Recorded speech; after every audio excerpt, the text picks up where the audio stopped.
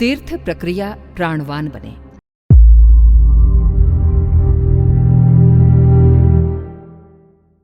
तीर्थ यात्रा का चिरपुरातन ऋषि प्रणीत काय कलेवर अभी भी उसी प्रकार है जैसा कि प्राचीन समय में था। पहले लोग पैदल चलते थे, अब द्रुतगामी वाहनों ने यात्रा को सुगम बना दिया है। बहिरंग में दृष्टिगोचर स्वरूप में वृद्धि ही हुई है, कमी तनिक भी नहीं। लगता है धार्मिकता आस्तिकता बढ़ी है, पर बात यह है नहीं। बाहर से सब कुछ वैसा दिखते रहने पर, तीर्थयात्रियों की संख्या बढ़ते चले जाने पर भी उसमें प्राण कहीं नजर नहीं आता। कठिनाइयों से भरी पूरी यात्रा सुविधापूर्ण हो गई है। सभी जगह पैकेज टूर चलते हैं। सरकार ने भी एलटीसी की सुविधा प्रदान करके पिकनिक कम तीर्थयात्रा को अधिक महत्व दिया है। समय और श्रम ही नहीं, पैसे की भी बचत हुई है। फिर भी एक प्रश्न यथावत रह जाता है, क्या इससे उस उद्देश्य की पूर्ति हुई जो ऋषियों ने कभी विचारा था, जिस आधार पर ये प्रचलन चला था? तीर्थों को सुंदर एवं आकर्षक बनाने में उन लोगों ने अधिक उत्साह दिखाया है जिन्हें पुण्य फल, देव अनुग्रह एवं यश कामना के लिए तीर्थ में देवालय स्थापित करने, धर्मशाला बनाने की अधिक उपयोगिता दिखती है। यूं मंदिर आदि तो कहीं भी बन सकते हैं, पर उनकी जानकारी स्थानीय लोगों को ही होती है और वे थोड़ी ही संख्या में होते हैं। तीर्थों में असंख्य लोग दूर दूर से आते हैं। उन्हें देव दर्शन के अतिरिक्त निर्माता की जानकारी भी मिलती है। धर्मशालाओं में ठहरने वाले भी निर्माताओं की स्मृति रखते हैं, उन्हें धर्म परायण मानते हैं। इस प्रकार यश लाभ का सिलसिला चिरकाल तक चलता रहता है। साधन संपन्न लोगों के लिए पुण्य और यश का समन्वय ये सहज आकर्षण उत्पन्न करता है कि वे अपनी स्मृति के लिए तीर्थ स्थानों को अपनी वृत्ति प्रस्तुत करने के लिए चुने। इस आधार पर तीर्थों में संख्या और भव्यता की दृष्टि से पहले की अपेक्षा अब अधिक दर्शनीय स्थान बन गए हैं। सरकार मंदिर तो नहीं बनाती, पर पर्यटकों को आकर्षित करने वाले निर्माण की वो कुछ न कुछ व्यवस्था करते ही रहती है। यात्री टैक्स वसूल करके स्थानीय निकाय भी इन स्थानों की शोभा बढ़ाने के लिए यथासंभव कुछ सोचते और करते रहते हैं। व्यवसायी वर्ग अपने लाभ के लिए कुछ ऐसे प्रयत्न करता है जिससे दर्शकों का आकर्षण बढ़े और खरीद के लिए उत्साह बढ़े। मनोरंजन के साधन बढ़ने से पर्यटन में रुचि रखने वाली प्रवृत्ति को तीर्थयात्रा में दोहरा लाभ दिखा है। ऊब मिटाने, मन हल्का करने, नवीनता का आनंद लेने के लिए श्रमजीवियों से लेकर नव दंपतियों तक को परिभ्रमण में उत्सुकता होती है और उसके लिए अपने देश में तीर्थ स्थान ही उपयुक्त पर्यटन केंद्रों की आवश्यकता पूरी करते हैं। गर्मी की छुट्टियों में बच्चों का कहीं बाहर चलने का आग्रह रहता है। अभिभावकों को भी अपेक्षाकृत उन दिनों सुविधा रहती है, फलतः तीर्थ प्रवास और भी अधिक बढ़ जाता है। ऐसे ऐसे अनेक कारण मिल जाने से तीर्थ यात्रा के लिए पहुंचने वाली जनसंख्या में दिनों दिन बढ़ोतरी ही होती जाती है। भव्यता और सुविधा की दृष्टि से भी पहले की अपेक्षा उनका आकर्षण और उनका विस्तार क्रमशः बढ़ता ही चला गया है। इसे बाह्य कलेवर का विस्तार कह सकते हैं। तीर्थ यात्रा को निकलने वाली ट्रेन और बसें हर वर्ष बढ़ जाती हैं। इससे यात्रियों में और भी अधिक उत्साह बढ़ता है। उनमें चलने के लिए महिलाओं, वृद्धों और बालकों का आग्रह और भी अधिक बढ़ जाता है। इसमें पड़ने वाले खर्च को भी अच्छी या कमजोर आर्थिक स्थिति के लोग किसी प्रकार वहन कर ही लेते हैं। पर्यटन का आकर्षण और पुण्य प्रलोभन मिलकर तीर्थयात्रा का उभय पक्षीय परिपोषण करते हैं। फलतः धर्म श्रद्धा का अनुपात बढ़ते हुए बुद्धिवाद ने जिस तेजी से घटाया है, उस घटोतरी का तीर्थ प्रवास पर कोई प्रभाव नहीं पड़ता है। विचारणीय ये है कि तीर्थों में पहुंचने वाली जनता क्या उनसे वैसा प्रतिफल प्राप्त करती है जैसे कि अपेक्षा की जानी चाहिए? पर्यवेक्षण करने पर उत्तर निराशाजनक ही मिलता है। भिक्षा व्यवसायी वर्ग के लोग जिस प्रकार यात्रियों के पीछे लगते हैं और विनोद के लिए कहीं चलने की स्थिति पा सकना दोभर कर देते हैं, उसे देखते हुए विनोद का आकर्षण प्रायः चला जाता है। सज्जन प्रकृति के लोग अनुपयुक्त दबाव और थोड़े से विरोध के क्षणों को बुरी तरह नष्ट होने पर खींचने लगते हैं। फलतः झल्लाते हुए ही लौटते हैं और भविष्य में तीर्थों में न जाकर कहीं अन्यत्र जाने की बात सोचते हैं। बुद्धिवाद की कसौटी पर धर्म तत्व का प्रचलित स्वरूप लोक उपयोगी दिखता है। घटती हुई श्रद्धा पर धर्म व्यवसायी कोड़ में खाज की तरह अपने कुचक्रों से वहां पहुंचने वालों को विक्षुब्ध करते हैं। इस परिस्थिति में देखना यह है कि तीर्थ स्थापना के जिस महान उद्देश्य को लेकर मनीषियों ने प्रबल प्रतिपादन और सफल प्रचलन के रूप में जो महान प्रयास किया था, उसकी पूर्ति हो रही है या नहीं। पर्यवेक्षण करने पर निराशाजनक उत्तर ही सामने आता है। ये दुख का विषय है। होना ये चाहिए था कि तीर्थों का आकर्षण और आवागमन का विस्तार होने का समुचित लाभ पहुंचने वालों को मिलता। लोग धर्म श्रद्धा को सुविकसित करते, उसे व्यवहार में उतारते और व्यक्तित्व की दृष्टि से अधिक प्रखर परिष्कृत बनते। उस उत्कर्ष का लाभ सामाजिक सुव्यवस्था, समृद्धि एवं प्रगतिशीलता के रूप में सामने आने पर प्रतीत होता है कि तीर्थ यात्रा की प्रतिक्रिया में उपयुक्त लाभों में से एक ही उपलब्ध हो रहा है। इन स्थानों में पर्यटन केंद्रों जैसा आकर्षण तो क्रमशः बढ़ता जाता है, पर चिंता की बात यह है कि धर्म धारणा को जीवंत रखने के लिए तत्वदर्शियों ने जिस महान परंपरा को जन्म दिया था और उसे अपनाने के लिए जन जन को सहमत किया था, उस लक्ष्य का क्या हुआ? यदि उसकी पूर्ति नहीं होती है तो इस बढ़े हुए कलेवर को निष्प्राण विस्तार को ढकोसला ही कहा जाएगा।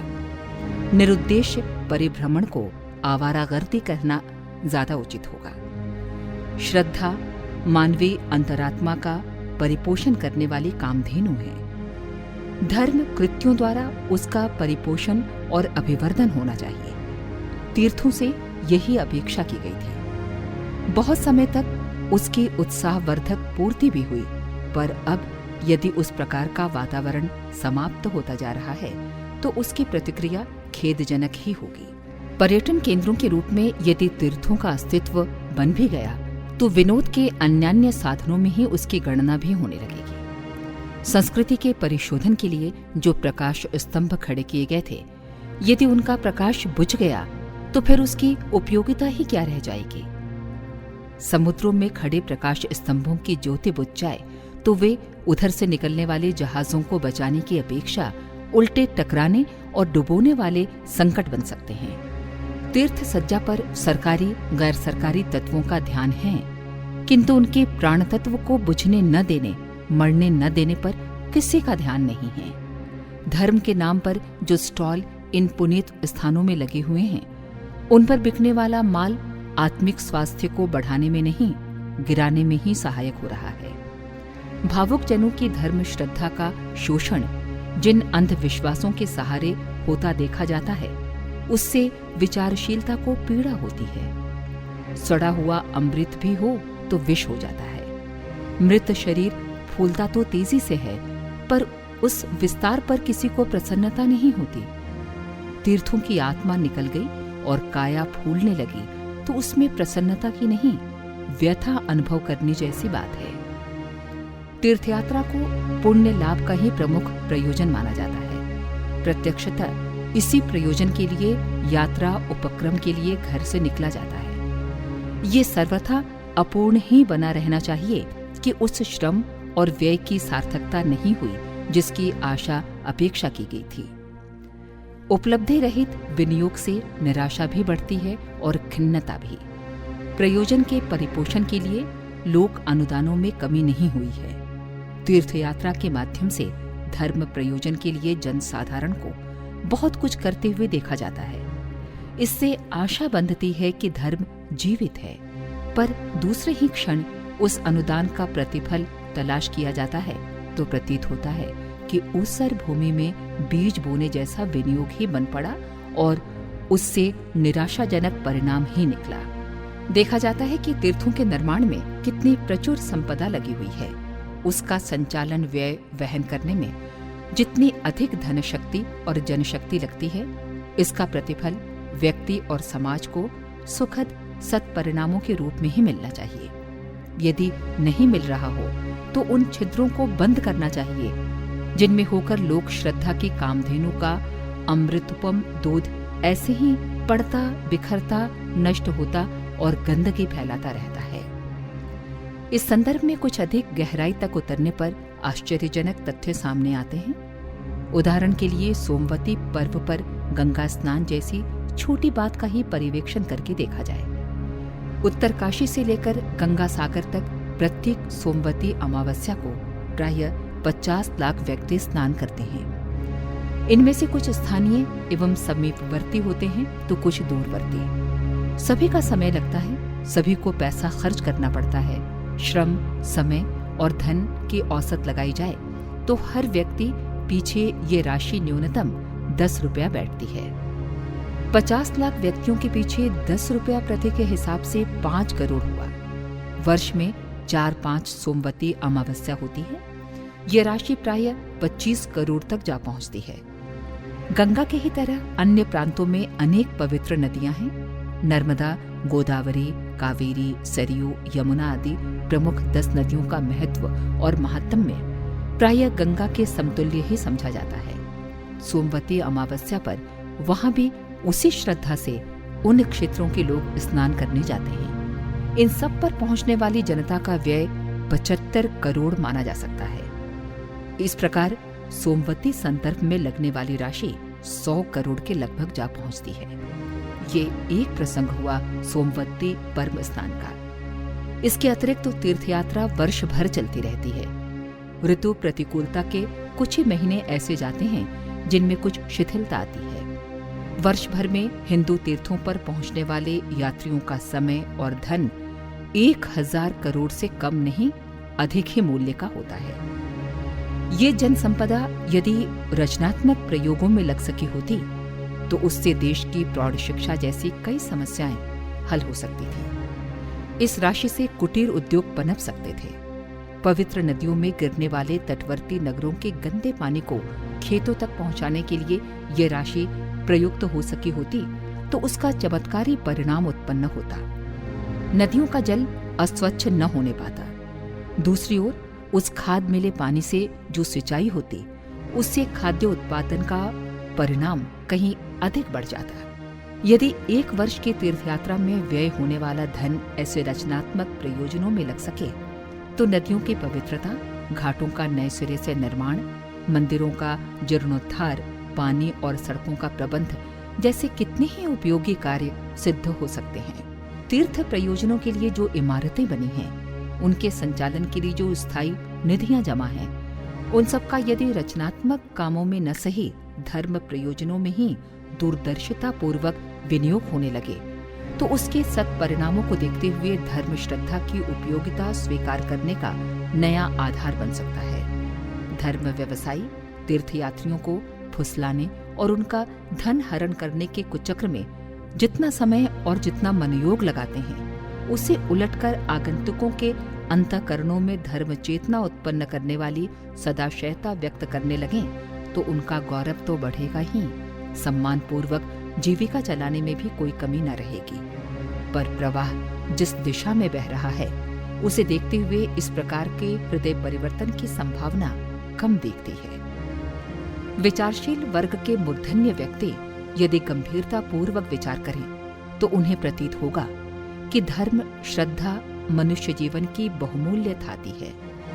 उसी के अनेक रूप आदर्शवादी प्रयोजनों में उभरते और महान प्रयोजनों की पूर्ति करते दिखाई देते हैं। देशभक्ति, परमार्थ परायणता, उदार सहृदयता, सेवा साधना, आत्मसंयम, चरित्र निष्ठा, तप तितिक्षा जैसे व्यक्ति का गौरव बढ़ाने वाले, समाज को समुन्नत बनाने वाले समस्त प्रयोजन वस्तुतः धर्म श्रद्धा के ही रूपांतरण हैं। ये चेतना जिस भी क्षेत्र में प्रयुक्त होती है, वहीं मानवीय गरिमा को बढ़ाने वाले महान कार्य रचकर खड़े कर देती है। ये तत्व जहां भी हैं, उस रत्न राशि से, स्वर्ण खदान से बढ़कर बहुमूल्य माना जाए। उसे अंधश्रद्धा से टकराकर चूर चूर होने और उसके टुकड़े अवांछनीय तत्वों में जाने की दुर्गति से बचाया जाना चाहिए। ये तभी हो सकता है जब उसे दूसरी उपयोगी दिशा मिले। कोसने और गाली देने से कुछ काम नहीं बनता। अनुपयुक्तता की तुलना में उपयुक्तता प्रस्तुत की जानी चाहिए ताकि जन विवेक को दो में से एक चुनाव करने का अवसर मिल सके। समतुल्य प्रस्तुतिकरण ही वो कारगर उपाय है जिसमें उपयुक्त और अनुपयुक्त के अंतर को समझना और उनमें से किसी एक को चुनाव करने का अवसर जन विवेक को मिल सकता है। भारतीय धर्म और दर्शन की अंतरात्मा को प्रकट करने वाली तीर्थ प्रक्रिया का पतन उन्मुख प्रवाह इसी रूप में चलने दिया जाए या उसे उल्टा बदला जाए, ये एक ज्वलंत प्रश्न है। समस्या किसी धर्म स्थापना का उन्मूलन, अवसाद होने या उसके उन्नयन उत्कर्ष की नहीं, वरन ये है कि मानवीय गरिमा के परिपोषक तीर्थ तत्व को जीवंत रखा जाए अथवा उपेक्षा अवमानना के आघात सहसा कर अपनी मौत मरने के लिए छोड़ दिया जाए। यदि तीर्थ तत्व की उपयोगिता समझी जा सके तो उसे रुग्ण, विकृत एवं अर्धमूर्छित स्थिति से उबारना भी आवश्यक है। इस परिवर्तन के लिए रचना प्रयासों की आवश्यकता होगी। श्रद्धा को सजीव और प्रगतिशील देखने की इच्छुक विवेकशीलता के लिए ठीक यही समय है जिसमें तीर्थों की ऋषि परंपरा को पुनर्जीवित किया जाए और उसके लिए कुछ साहसिक कदम उठाए जाएं। अगर आपको हमारी ये वीडियो पसंद आई हो तो इसको लाइक करें, कमेंट और शेयर जरूर करें और हमारे YouTube चैनल ऋषि चिंतन को सब्सक्राइब भी कर लें। साथ ही बेल आइकन को भी दबाएं ताकि आपको आने वाली वीडियोस की नोटिफिकेशंस मिलती रहे। धन्यवाद।